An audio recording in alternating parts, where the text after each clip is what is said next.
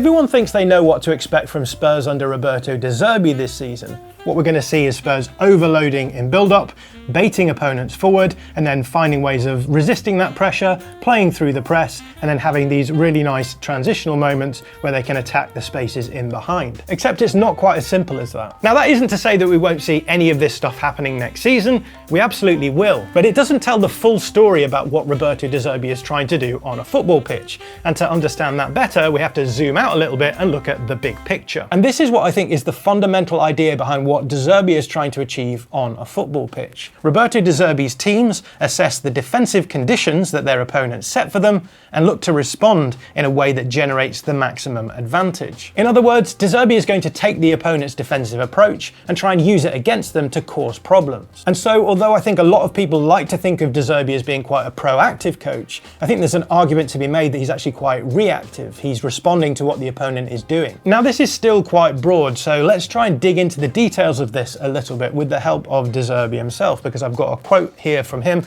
which he gave in a recent presentation. "When you are building the play, if the rival does not pressure us intensely and waits for us, allowing us space, we can slowly move the ball up the pitch." And what he means by that is that when his team are building up, if the opposition are going to sit a little bit deeper, it's opening out a lot of space around the players on the ball. And in this instance, what he wants the team to do then is to slowly move the opposition deeper and deeper through smart passing play, because they have the overload here. They have more players than the opposition, and so it should be easier for them to hold the ball in this deeper area and force the opponent back. But this isn't the only situation that De Zerbi teams are going to face, because as he continues in our quote, "When the rival pressures us with intensity, it may be the case that we can make some passes and use triangulation or dribble. This makes us more vertical." And this is the stuff that people talk about with De Zerbi, this idea of baiting the opponent in and then using this triangulation, as De Zerbi calls it, to find ways through that press into the space behind it and then exploit it through these out to in runs by wingers. Now, in both of these situations, it's clear that De Zerbi's team are playing in a way that is effectively decided by the opposition. And that's worked very well for him across his career so far. But what happens when those conditions change in such a way that you can't find those advantages anymore? And that's exactly what's happened, because over the last few seasons, football has evolved an incredible amount. And I think there's two areas in particular that this has impacted De Zerbi's football. The first is that high man-to-man pressing has become much more commonplace across the elite game. Now, this might not seem like a problem because De Zerbi's teams are trying to bait a press, but actually when we look at what was happening in the past, it was much more static. And when they were baited, it's just a couple of them jumping out, creating the space then that De Zerbi's teams could play through that pressure, find the space in behind and exploit it. Now what we're seeing is that teams are pressing much more aggressively as a unit. So rather than having one or two players jumping out, everyone is going, making sure that they're closing down all of the options around the ball to make it much harder for the De Zerbi team to find those routes through the press. The other thing that's changed is that teams are now much more aware of how much more dangerous it is to allow central progression. And so what we're seeing is opponents actually overloading the center of the pitch and allowing space to exist in the wide areas. So I've got a nice example of this from the game between De Zerbi's Brighton and Arsenal in December 2023. And you can see a lot of the things that we're talking about there. Note how narrow that Arsenal are in their 4-4-2 diamond, the two wingers coming in pretty narrow, and that's just to block out the centre of the pitch. They're happy to allow the ball in the wide areas. They don't want to let anyone through the middle. To the extent that we can see that Brighton are trying to generate this 2v1 around Declan Rice here, and even that sort of central escape is too much for Arsenal to allow. And so actually what ends up happening is they move Zinchenko in to cover the spare player there, and then they move Gabriel out wide to go man-to-man on the wide player. And when Brighton take the goal kick, they're going to try and generate ways of creating free players. So you can see here the pivot behind Martin Odegaard knows that he's going to step up to the centre-back here, so he's going to try and drift into the full-back area. The other full-back, Milner, is going to push up here, and the idea is to generate attention around Bukayo Saka so that Brighton have a way of making that escape down the pitch. But actually what ends up happening is that Saka is not worried about the wide player at all, makes sure he covers the central player to avoid that central progression, and you can see the two full-backs are free in space here because Arsenal want to block out the centre of the pitch. Now, that doesn't mean to say that Milner isn't going to be tracked. We can see Ben White is going to step forward onto him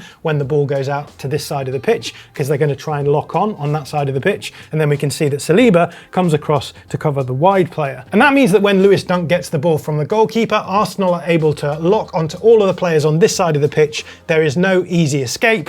And actually when they move it back to the other side. Again, there's no escape on the other side, so the goalkeeper ends up playing the ball into the space. This is what De Zerbi's teams are trying to achieve, but because Arsenal are so close to the opponents, actually it's very easy for William Saliba to just come across and win the ball back. So by remaining compact in the centre of the pitch and making sure they've got really good proximity to the Brighton players, Arsenal are actually able to stop Brighton from progressing the ball in the way that they like to, generating that space in behind and exploiting it. And so as time has gone by, teams have got much better at forcing De Zerbi teams into the wide areas, and that's meant that they've had to try and find ways of progressing the ball in those sorts of situations. So I've got a nice example here from Marseille's game last season with Real Madrid in the Champions League. We're in the same sort of situation that we were in the game before.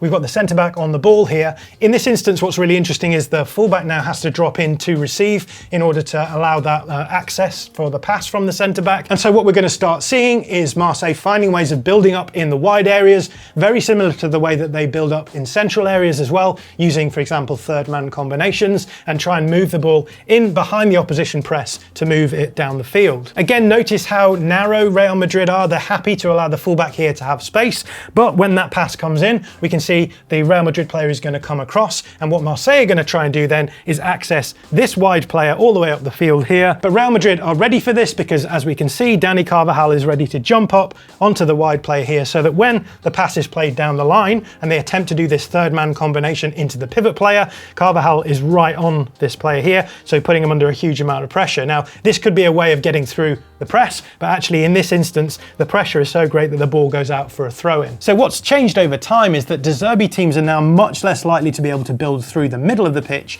They're being forced wide into the channels, and that makes them much less dangerous. It's also worth mentioning that some teams will just refuse to defend high against a De Zerbi team at all, and what they'll do is just sink into this low block, and De Zerbi has had problems throughout his career in breaking these low blocks down, but we'll talk about that a little bit more in detail later. So what does any of this have to do with how Spurs are going to play this season? Well, I think it's pretty clear from some of the tactical and personnel decisions that De Zerbi's made this summer that he's going to continue with his general approach. For example, we've got Antonin Kinski in goal, who's really good with the ball at his feet. We've seen a lot of that technical build-up stuff from him. And then we've got the signings of Van Hecke and Senesi, who are both centre-backs who have that ability to play those line-breaking passes through the middle as well. Mateus Fernandes is a perfect pivot for De Zerbi. And then there's those links to Cody Gakpo, who I think will play this wide role really well. He's really good at those out-to-in runs and will have a lot of goals in his game as well. But there are some questions. For example, how do you get the most out of Sandro Tonali in a De Zerbi system? Because as we've seen, what De Zerbi requires from his pivots is a lot of small space stuff.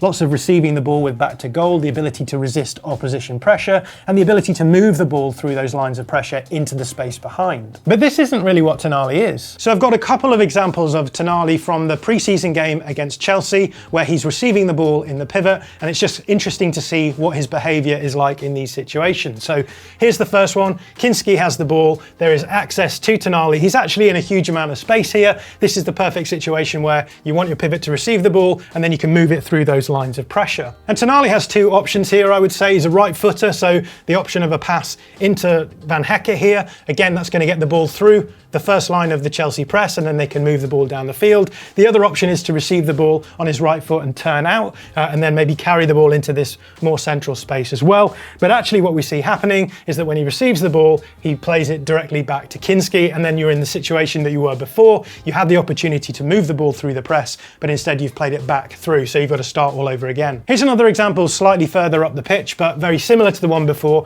Now Van Hecke has the ball, and he has the option to play the ball between these two Chelsea players into Tonali, and Tonali actually takes quite a nice touch with his left foot, receives the ball and can turn. And he's actually got a couple of options here. I think despite the fact he is under a little bit of pressure, he has the option of the pass out wide. Again, you've got the ball through that line of pressure, so you've achieved some kind of ball progression. But he also has the slightly blind pass into Bergvall here as well. But again, he opts to turn back and play the ball to his centre-backs. We're in the same sort of situation where ball progression had been achieved. There was actually some sense that he could move the ball forwards, but instead they've ended up going back and they have to start again. Now, there's some people who might say, well, give him a bit of time time with De Zerbi and he'll be able to work on these situations, maybe develop more progression out of his game. But I actually think there's quite a lot of technical aspects to the way that he plays that means he's probably not likely to do that. For example, his scanning is quite poor, which is something that you can work on, but also I think some of the technical things to do with how he receives the ball, how he passes the ball, and the space and time he needs to do that means that it's quite unlikely that he'll ever become really good in this kind of area. Now, that's not to say that he doesn't offer De Zerbi anything in possession, it's just that a lot of the things that he has to do as a pivot, he has to do in small spaces, and Tonali is a large space player. And that kind of player is going to be really useful for De Zerbi because he does need large space players. Out of possession, they're going to be doing a lot of transition defending, and Tonali is perfect for that. That's why they've signed him. But there's also areas in possession where he can be useful as a large space player as well. I've got one example from the game against Chelsea here, where we've got an example of Spurs failing to progress the ball. There's a turnover, it bounces around in the middle of the field a little bit and actually ends up falling into this space here. And as we can see, Tonali really well positioned to be able to jump on that, and he's able to then carry the ball down the line, plays a nice pass to Tell.